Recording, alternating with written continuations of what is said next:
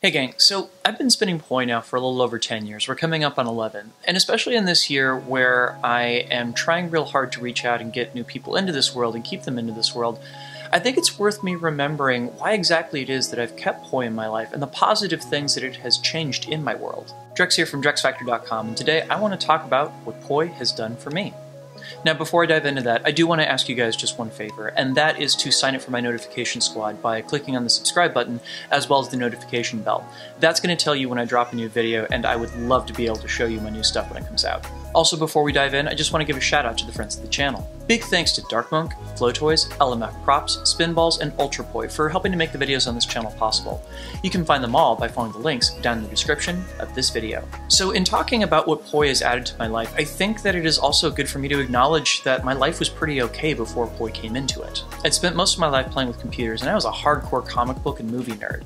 I definitely enjoyed myself, and I had a good time with my friends and everything, but at the same time, I never really felt as though I had a mission. I had a thing that was deeper than just enjoying my time here and seeing what came of it. First time I saw poi was actually at Burning Man in 2006, and right away I knew it was something that was really intriguing to me, but I had a hard time putting my finger on exactly what it was. One of my big memories from that week was attending a fire jam at Hookah Dome on Wednesday night, and immediately watching the fire performers, I was struck by the look of joy that so many of them had on their faces. There was one woman in particular that stuck out to me. She was spinning a fire hula hoop, and bear in mind, this is probably the first time that I even knew that such a thing was even possible. But the thing about watching her was, even at the time, I knew that she was not as skilled a performer as many of the other people in the circle.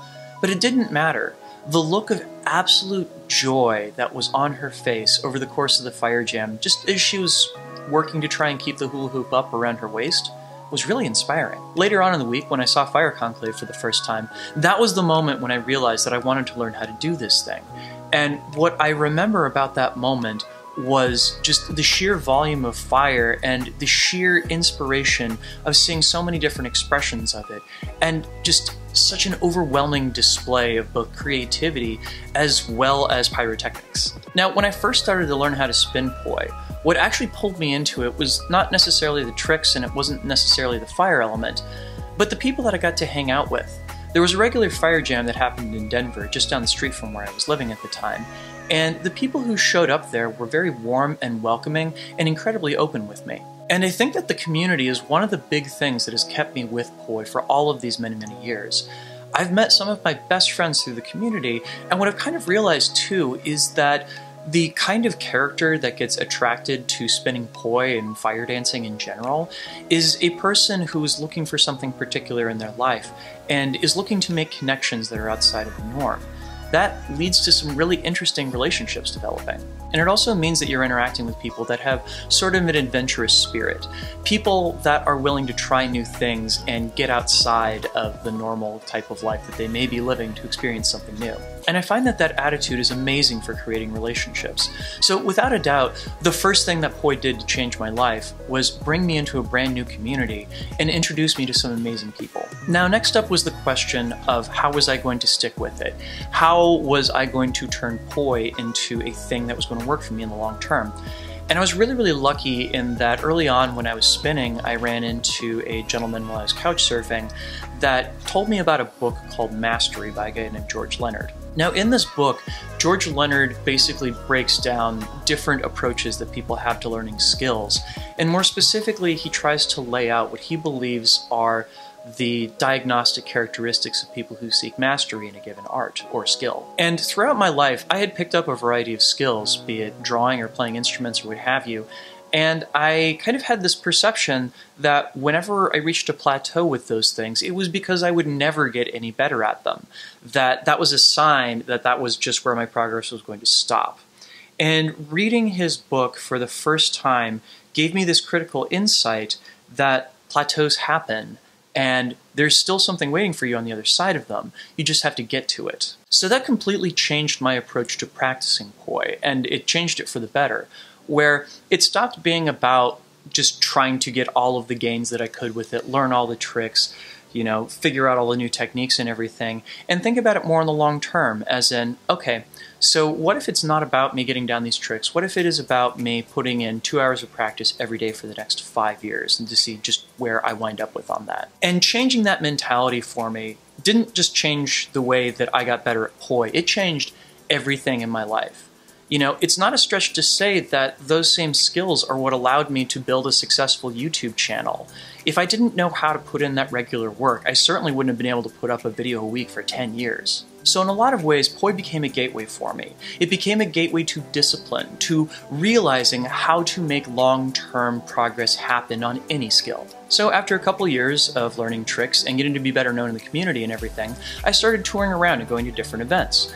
And it was through going to these different events that I first became aware of a different element of the spinning, and something new for me to kind of sink my teeth into. There was a set of workshops that I'd taken with Noel Yee, Greg Maldonado, and Ian Smith from the Vulcan crew, and they happened to drop something in conversation after one of those workshops that really piqued my curiosity. One of them, and I can't remember which, had mentioned that one of the ways that people were studying a lot of the hybrids and patterns that poi created was to use mathematics to do it, and specifically a branch of mathematics that I had never really heard of that involved creating curves on a graph. Several years later at Wildfire, I happened to run into a juggler and physicist by the name of Adam Dipert.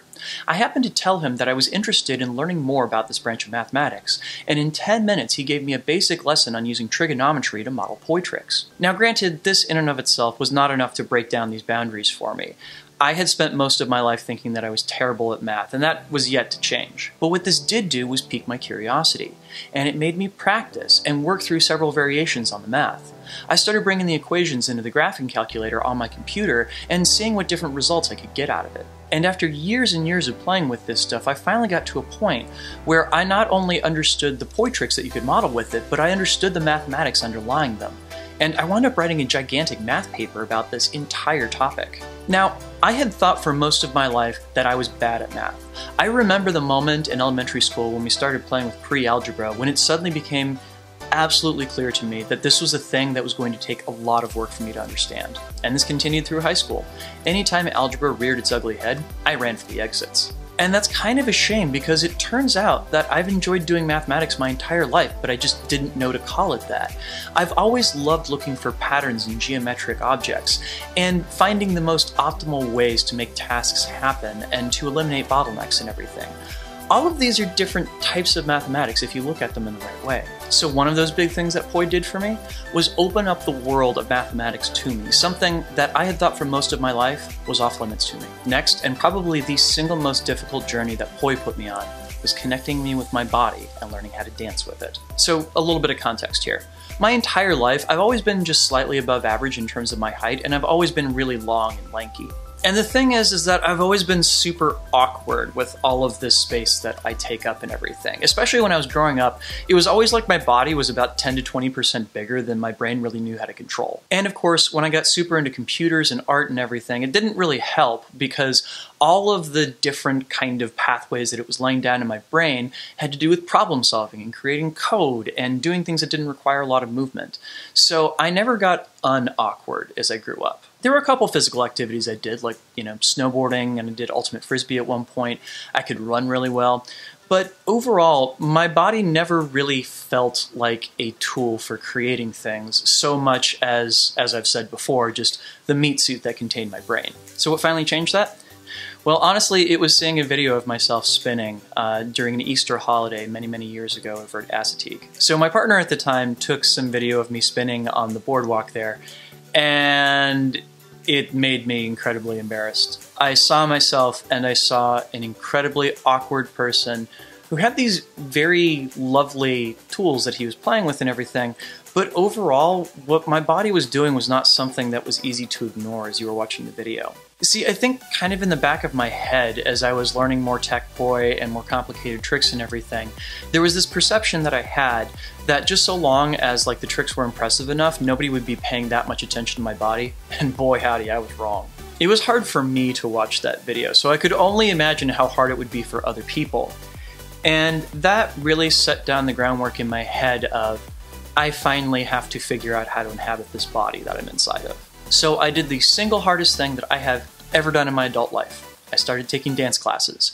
And because I can never do anything the easy way, the only dance class that I was able to go to due to my work schedule was an intermediate modern dance class at a local studio. And the first 4 months of it, without a doubt, is the most challenging thing I have ever done. Being in there with people who'd been dancing since they were teenagers or earlier, I just felt like this massive, sluggish, ungraceful blob that was somehow in the studio with them. And I really lucked out that my dance teacher was somebody who was very nurturing and did an amazing job of telling me that I was doing a good job, even on days when we both know that I had not. And after about 4 months of this, I wound up having a free day when I could go to the beginner class and suddenly discovered that I was not as awful as I thought I was. In fact, I was already at a point where I was doing better than many of the beginners in that class. And thus, I committed to doing many years of dance, of learning how to use my body creatively and to express myself through my body. And it was a really difficult trip. And after a few years of doing that, it finally came to the point where I tried to put that together with what I knew how to do with poi, which was an entire challenge in and of itself. There are some ways in which poi and dance really line up, and there are some ways in which they're almost like completely different languages. And trying to put the two together has been one of my big challenges for the past few years. But something changed, and I hope that you guys can see it too. Now when I look at videos of myself spinning, I no longer see an incredibly awkward human being hiding behind these things spinning around their body. I see a person that actually can express themselves through their whole body, that can let different pieces of their body lead them at different times, that can play with different quality of movements, and that can do all of that with props in his hand. And I've seen a lot of progress in this even in the past year, and honestly it's something that I'm really proud of in my own journey, because learning how to do ever more difficult tricks is something that I enjoy. I enjoy the challenge of it and everything. But coming out of a session where I have been dancing really, really hard, it doesn't just make my brain breathe, it makes my entire body breathe. And that's pretty awesome. So to sum up, the big things that poi's brought into my life: incredible people, a sense of discipline, the ability to do mathematics, which is awesome, and of course, the ability to connect with my body and use it as a creative implement. Like, again, it's not like my life was bad before poi came into it, but having all of this in it now is incredible. So this is a big part of why I started up my YouTube channel and why I keep it up, is because I want to bring that same love to other people. I want them to be able to discover these things in their life that make them go, wow. So I hope you guys have enjoyed this journey into hearing about what poi has improved in my life. And now I would love to hear about what poi has done to improve your lives. Please write me down in the comments and let me know what is the greatest thing, or greatest things plural, that poi has brought into your world. And of course, before I turn you guys loose, I just wanted to put out a massive thank you to all of my awesome supporters on Patreon. If you would like to sign up to support the work that I'm doing, please head on over to patreon.com/DrexFactorPoi. Don't forget to leave me those comments. Let me know what has poi brought into your life, and even more importantly, what can I do to help bring these wonderful things that have been added into my life to your life as well.